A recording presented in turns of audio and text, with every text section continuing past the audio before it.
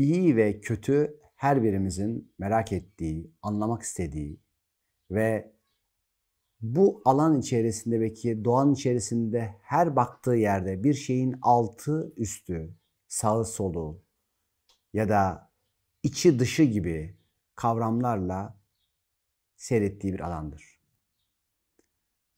Ve her biriniz için aslında an be an iyi ya da kötü bulunduğu yere göre, şarta göre değişkenlik gösterebilir. Örneğin çok soğuk bir yerde, buzların içerisinde böyle çok üşümüş bir insan için bir mumun ışığı belki de çok iyi bir şeydir. Ama bunun yanında da çok güneşte kalmış bir insan için küçücük bir ateş bile iyi bir şey değildir.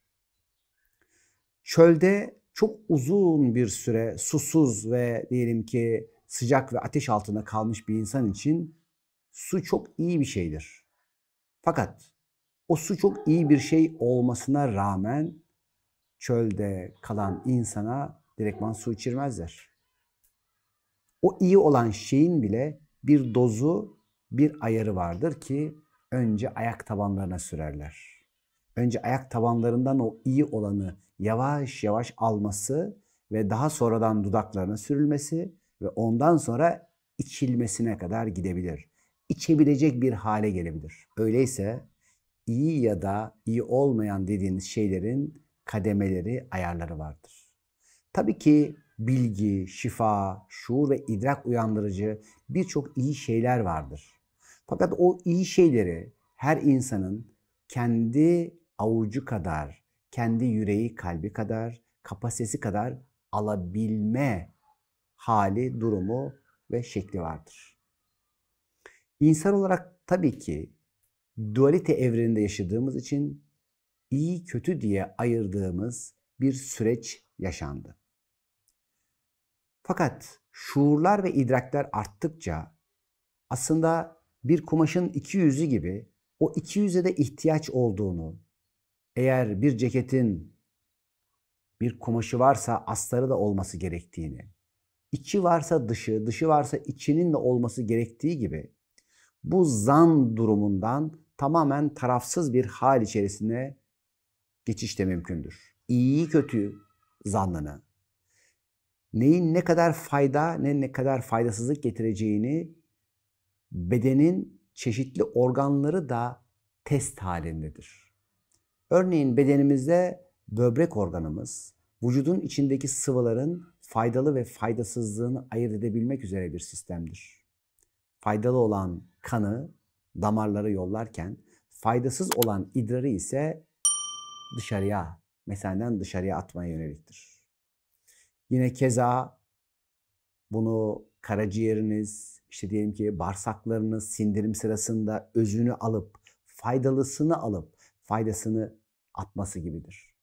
Peki o faydalıyı alırken, onu diyelim ki kanın içerisine absorbe ederken, ince bağırsaklarınız, diğerlerini dışarıya doğru gönderirken aslında onun için, onun görevi için o anda faydasız olanı yollar. Öyleyse her birinizin iyiye ve kötüye ya da o an için kötü diye nitelendirdiğiniz şeye bakışınız bulunduğunuz yer itibariyle değişecektir. Öyleyse ışığa ve karanlığa karşı da ruhiyat, maneviyat ve maddiyat olaylarına karşı da çeşitli bakış açılarınız değişecektir. Yani bulunduğun yer senin eğer gerçekliğinse senin gerçekliğine göre durum değişecektir. Bazen yatayda, uykuda, uyumada, dinlenmede olmak icap ederken, senin için bu durum çok iyi bir hal iken, bazen dirilmek, uyanmak, ayağa kalkmanın iyi olduğunu göreceksin.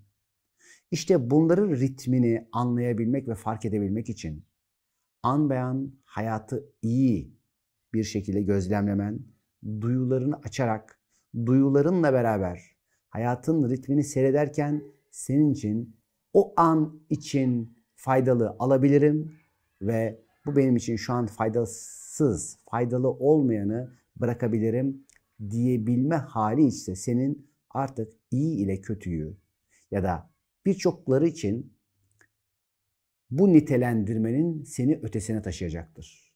Yani sen artık aşağıdaki yüzeyden değil, trafiğe uçaktan bakıyor olursun.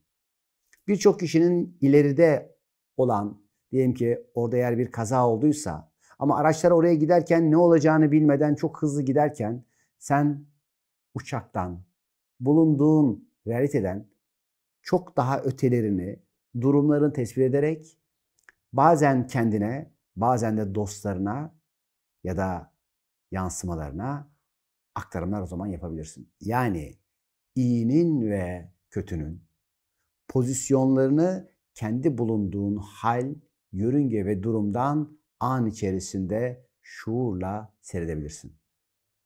Bu güzel farkındalıklı hallere, ikinin bir edilmesine, zıtlıkların ortada tam da kendi merkezinde buluşacağı ve buluşturulacağı hallere, geçişlerde, güzelliklerde buluşalım. Şimdilik sevgilerimle hoşça kalın.